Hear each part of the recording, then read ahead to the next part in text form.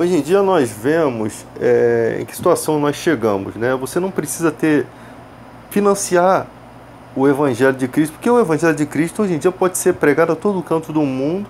É só você no seu celular fazer suas mensagens e colocar no YouTube. Quem quiser ver as mensagens, porque parece que o povo está mais interessado em outros assuntos, né? Nas pornografias da internet, nas fofocas de novela. Então nós já estamos vivendo tempos difíceis. Para compensar, a igreja não estruturou-se, ou seja, há uma dificuldade em se estruturar, em se entender que precisa os líderes das igrejas estruturarem suas igrejas. Como assim? Como assim, Mondeide, estruturar? Pensa no seguinte, nós estamos vivendo num país, no Brasil hoje, com um monte de gente desempregada, e muitos desses são crentes. Por que que a igreja não assina a carteira desse povo que faz a obra de graça, que fica pintando a igreja de graça, em uma época que o cara precisa cuidar de sua família? Por que que a igreja não cuida dos seus? Não cuida dos seus, vai cuidar dos outros como? Agora, uma coisa é a seguinte, não é porque o pastor da sua igreja, ele assina a sua carteira e paga os seus direitos trabalhistas, né, que ele tem que manipular a sua pregação, que você tem que pregar o que ele quer, que você não possa falar de política, que você não tenha sua vida pessoal, né, sua vida particular respeitada. É isso que não se entende. Hoje em dia você tem igrejas que, tipo assim, coloca o pastor 2 anos lá, aí quando o povo tá ali, gostando daquele pastor, o pastor é um homem de Deus, está ajudando pessoas, eles vão, tirar aquele pastor e botam outro. Ah, mas é para o pastor não se acostumar. Meu Deus do céu, se Paulo pudesse fazer isso, conviver com as pessoas, cuidar da vida espiritual das pessoas, ele ficava. Só que ele não foi chamado para isso, mas teve pastores que ficaram a vida toda. Timóteo ficou a vida toda ali pregando na mesma cidade, sendo uma bênção espiritual, até que um dia deve ter chegado um outro pastor assim, como Paulo o preparou para o ministério, ele deve ter preparado os seus também para permanecer, para dar continuidade no trabalho e ficar uma obra marcada. Todos aqueles que um dia respeitaram Timóteo vão respeitar também os pastores que foram indicados por ele. Por quê? Porque foi um homem de Deus que o sondou e viu neles integridade, né? E hoje em dia nós vemos uma coisa medíocre. A igreja que manipula as pessoas a votarem. A Igreja Universal já manipulou pessoas para votar no Collor e agora para votar em Bolsonaro. E vocês, cristãos, se deixam manipular-se por esses caras. Vocês não aprendem as escrituras nunca, vocês leem e não entendem. Paulo disse, esses caras que querem, que só quer saber de dinheiro, que o Deus deles é o ventre, e todo mundo já fala disso, esses são impuros na fé. Vocês não podem ter afetos para esse tipo de pessoa. Você vê como era difícil na época de Paulo, porque os judeus tinham afetos.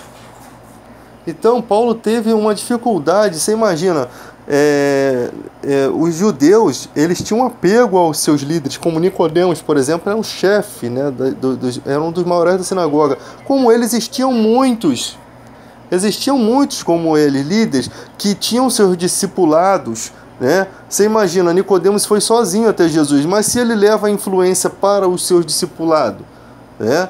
Ele viu que Jesus era o Filho de Deus, porque só ele podia fazer aqueles milagres, mas ele não leva isso de imediato para o seu discipulado. Então, você imagina que Paulo fala sobre esses afetos, esses laços, porque muitos judaizantes queriam fazer os gentios se circuncidarem, sendo que Paulo disse, não, os gentios não se circuncidam. Se eles fizerem isso, estão anulando a cruz de Cristo. É uma coisa totalmente diferente do judaísmo. Então eles não precisam disso. Nossa circuncisão é Cristo, né? Então você vê que hoje em dia as pessoas estão muito afeiçoadas a líderes espirituais. E aí elas não conseguem, elas acham que é julgar, elas acham que não tem o direito de dizer não ao que eles pregam, de confrontar o que eles pregam, sendo que o evangelho é confronto, é manter a verdade íntegra. Porque um dia virá o anticristo. E se a igreja tiver com esses mimos, essa igreja Nutella, que pensa que Deus tem que fazer tudo por ela, que ela tem que ter uma casa com a cachoeira caindo na piscina para provar a sua fé, né, que ela precisa ser curada para provar a sua fé, essa igreja não existe. Nós estamos sendo preparados para preparar gerações futuras. Nós não sabemos se a nossa geração vai enfrentar o anticristo. Mas se não, se a gente estiver próximo da próxima geração, ou ainda que não, nós devemos manter o evangelho íntegro. Nós devemos manter o evangelho correndo, fluindo naturalmente, né? E se isso não acontece, nós temos que lutar contra isso. Mas nós vemos uma igreja super enganada pedindo um avivamento, pedindo curas, quando Deus não pode aprovar a conduta de muitos ministérios que só sabem pedir dinheiro na televisão, né? E quando chega uma situação dessa no país em que o líder espiritual tem que conduzir, porque redarguir, corrigir, repreender, também é papel dos pastores. Ah, não, eu não posso falar de política porque vai envolver política e religião, e muitos dos meus fiéis são eleitores do cara que eu não gosto, que eu acho errado a sua conduta. Aí sabe o que eles fazem? Ficam calados nesse momento e que deveriam estar falando. Infelizmente, eles não sabem, eles não entendem que precisam corrigir, que precisam redarguir, que precisam mostrar o caminho. Eles não compreendem isso. Eles acham que tudo tem que acontecer mesmo, que está tudo mesmo escrito para acabar, e eles não percebem que não é assim que funciona, não é assim que a banda toca. Se José pensasse nisso, ele deixava a fome vir naquela época e não se preservava os alimentos dentro dos celeiros. Você tem que entender a sua época, você tem que entender que o que tiver que acontecer vai acontecer, mesmo que você seja precavido de tudo, mas se tiver que acontecer coisas no curso da história e você tiver que se precaver e não se precaveu, vai dar problema. Vai dar problema. Então, nós temos que ser mais íntegros em falar, em questionar, em chegar a um consenso, a mostrar. E tem muitos caras que só querem realmente o prestígio, eles ficam com medo de perder o prestígio. Você tem que perder o prestígio, você só não pode perder o teu brilho com Deus. Você não pode ter medo de falar, você não tem que respeitar homens, você tem que respeitar Deus.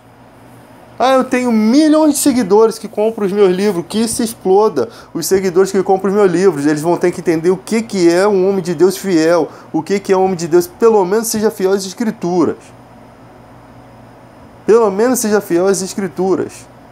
Tem gente que já não é fiel nem na vida. A vida tem que estar no altar de Deus, isso é muito importante. Mas tem gente que não é fiel nem nas Escrituras, gente. Ele não consegue nem nas Escrituras ser fiel. Não adianta você ser fiel à sua esposa, a ser um cara respeitador, mas você não é fiel às Escrituras. E o inverso também é a mesma coisa. Tem que ter fidelidade no que você prega, no que você vive. Porque é muito chato. É muito chato. Imagina, eu faço uma pregação e vem um cara, me confronta e ele está coberto de razão. Há um tempo atrás aí o cara questionou um vídeo que eu coloquei uns dizeres. E ele falou, a música é boa, mas o resto é tudo baboseira. Eu falei para ele, realmente, isso são tudo baboseira, porque eu aprendi tudo errado naquela época, eu estava iniciando e achava que era daquela forma. Você está de parabéns, porque você observou e teve a sua opinião, você colocou sua opinião e vai ser respeitado porque é verdade. Contra a verdade não há fato, não há argumentos. Eu não vou ficar aqui, não, porque está certo, ficar lutando por uma coisa que eu sei que está errado, mas o povo tem que acordar. O povo tem que acordar, tem que parar de ficar dando dízimo para igrejas que não fazem o que se deve fazer, cuidar da sua família na fé. Tem que cuidar, mas não é cuidar do pouco não, gente. Onde abundou o pecado, superabundou a graça de Deus. Você tem que ver muito a graça de Deus dentro da igreja. Você tem que ver muito amor ao próximo dentro da igreja. Você vê, a igreja é assim, a pessoa está passando às vezes necessidade, todo mundo se afasta dela, né? Todo mundo fica com medo, ninguém quer ajudar, sabe? As pessoas ficam com medo de pedir ajuda. Não tem aquele que chega e fala assim, não, gente, não podemos agora deixar a irmã ou o irmão na mão, não podemos. E não é aquela ajuda de uma cesta básica, não. Tem gente que você tem que ajudar ela até ela se levantar. O pior de tudo é quando você tem pessoas que têm condições financeiras dentro da igreja, que pode mudar a vida do irmão, mas o irmão passando necessidade, tá? Não estou falando que irmãos ricos tem que dar dinheiro para você, não. Estou falando em pessoas que estão passando necessidade. O cara perdeu a casa, o cara está passando problema de família, o cara foi mandado embora de casa, não tem onde ficar. Eu não estou falando que você vai botar ele dentro da tua casa, não. Mas tem irmãos que nem nem pensam em colaborar, e pensam que aquilo ali, Deus que tem que resolver o problema do irmão. E isso é uma coisa que a Bíblia ensina que é errado. Tiago fala sobre isso. Você não pode apenas orar e dizer para o irmão, se você tem como socorrer, você não pode dizer para o irmão ir e que Deus vai te abençoar. Não é assim. É exatamente, tem gente que não fala com essas palavras, mas permite que isso aconteça. É como se estivesse falando. O texto é bem óbvio, é para você aprender a não ser omisso. Então tem um monte de gente aí que é obreiro da igreja, igrejas grandes que tem condição de assalariar os seus obreiros. Mas não, só tem um grupo de pessoas que recebe salário. Pastores, pessoas que estão sendo o dia todo na igreja, músicos, mas e os obreiros ali? Passando necessidade, vai ficar vindo de cesta básica? A igreja não pensa em dar um plano de saúde para os seus? A igreja não pensa em cuidar dos seus? Esse não é o evangelho de Cristo que eu conheço, não. O evangelho de Cristo que eu conheço, uns cuidam dos outros. Uns cuidam dos outros. Né?